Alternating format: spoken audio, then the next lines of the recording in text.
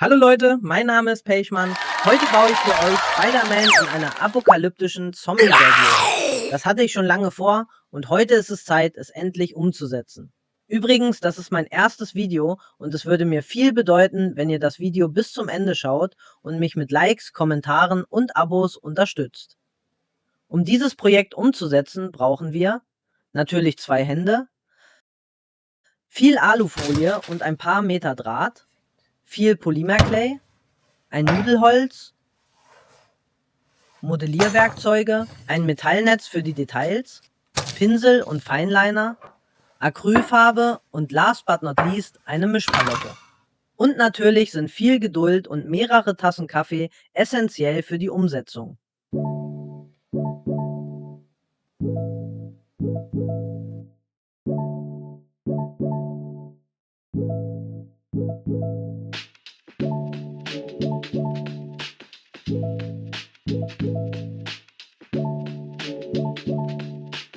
Nachdem ich die Grundform mit Alufolie und Draht grob erstellt habe, fange ich an, die erste Schicht Clay aufzutragen. Danach glätte ich die Oberfläche leicht und trage die nächste Schicht Clay auf.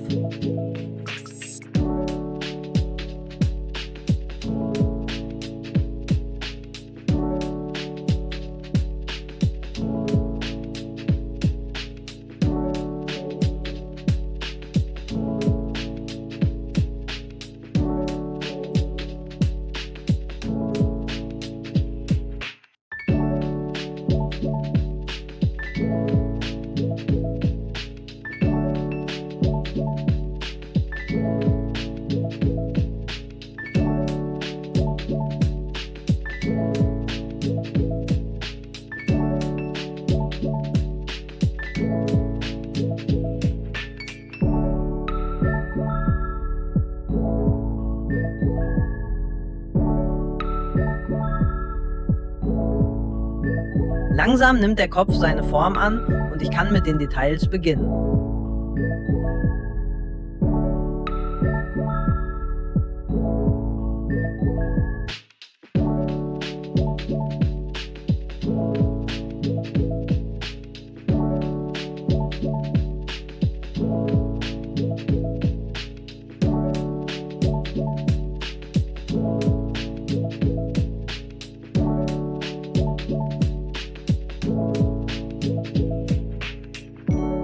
Meine Vorstellung vom Modell ist, dass mein Zombie-Spider-Man eine zerfetzte Maske trägt und einen sehr aggressiven Gesichtsausdruck hat.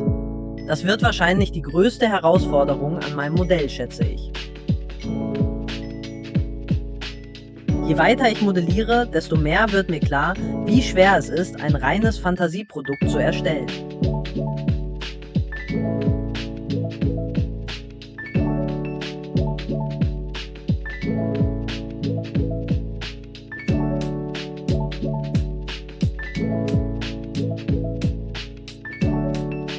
Wenn du Angst vor Zahnarztbesuchen hast, solltest du lieber diesen Teil überspringen.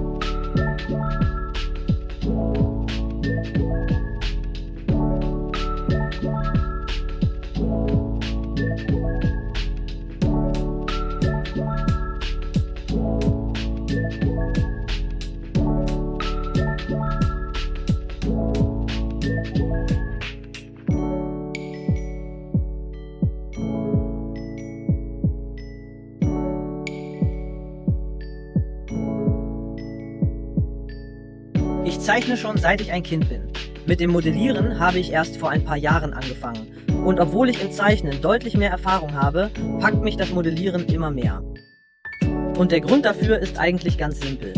Weil du am Ende nicht nur etwas siehst, sondern es wirklich in den Händen hältst. Und jetzt will ich's von euch wissen. Zeichnen oder modellieren? Was ist euer Favorit? Schreibt's mir unten in die Kommentare.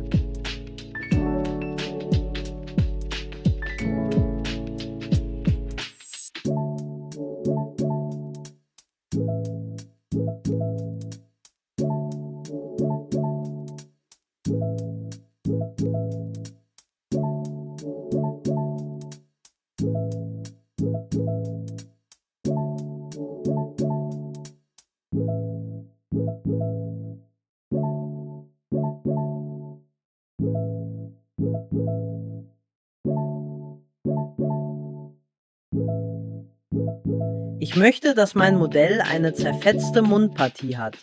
Dafür benutze ich Draht, um die Hautfäden zu stabilisieren.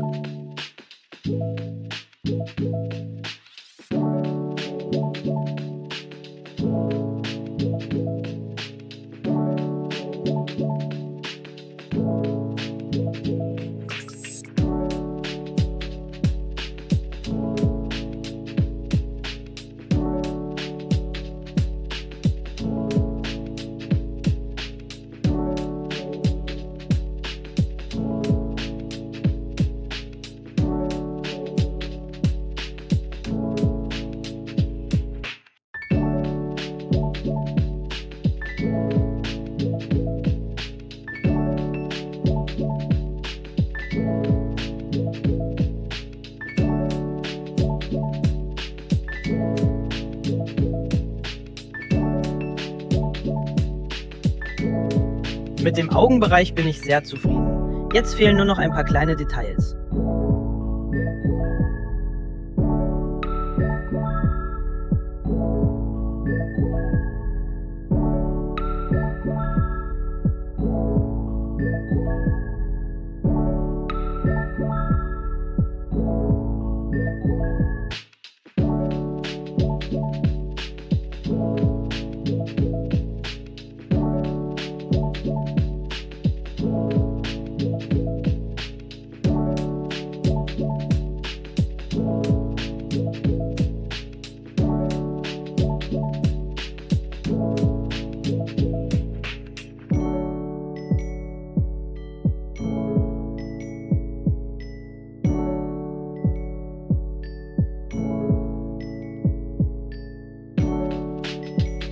Auch die Rückseite meines Modells soll ein paar Highlights haben. Ich möchte, dass ein Stück Wirbelsäule herausschaut. Neben der Wirbelsäule modelliere ich den Clay so, dass er wie aufgerissene Haut aussieht.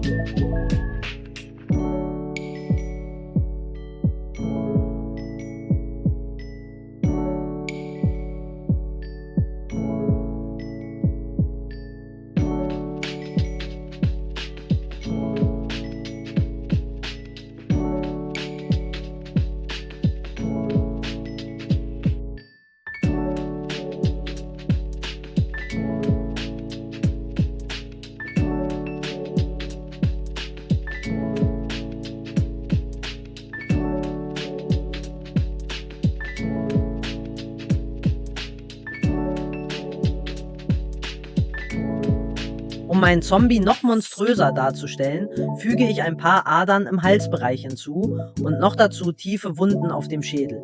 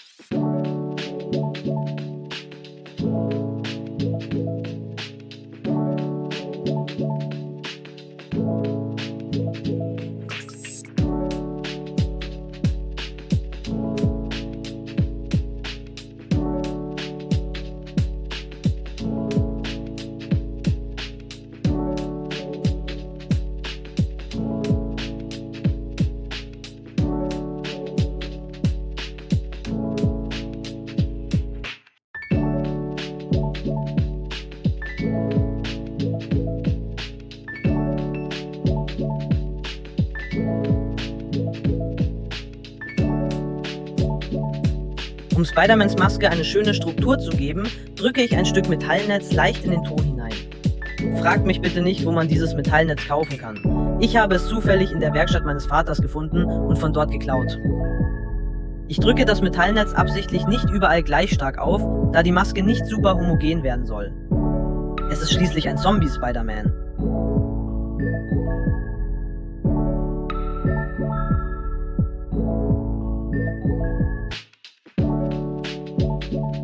Jetzt komme ich zu dem Teil, vor dem ich am meisten Respekt hatte.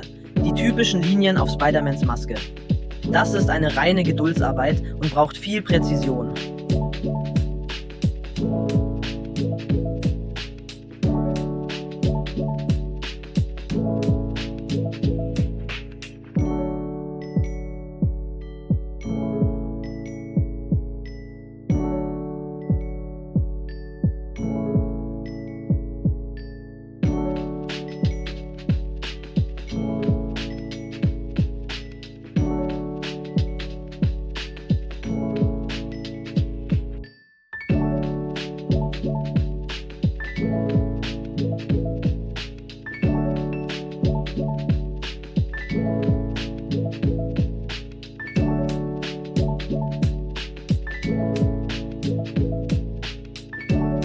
Alle Linien müssen exakt die gleiche Stärke haben und genau an der richtigen Stelle sitzen. Sonst verliert die Maske ihren Wiedererkennungswert.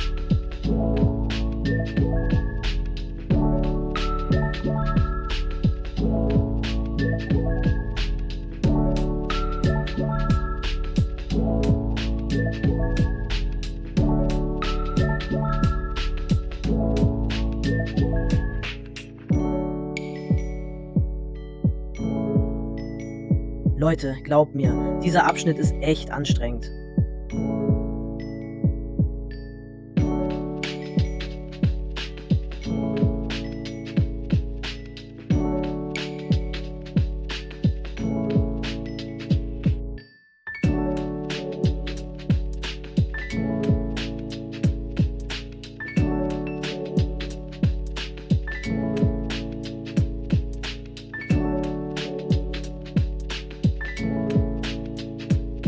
So, noch ein paar letzte Linien und dann ist mein Modell gleich fertig.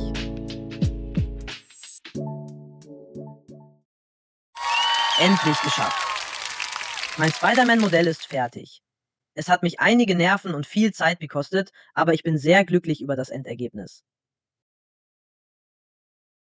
Hier der große Showdown.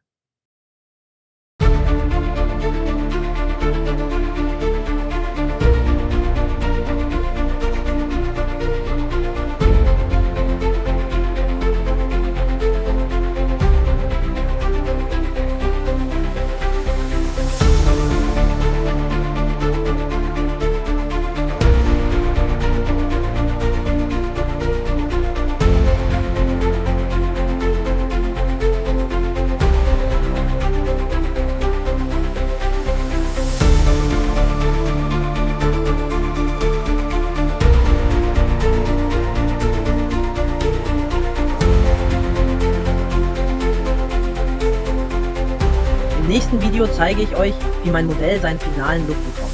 Das solltet ihr nicht verpassen. Bis zum nächsten Mal.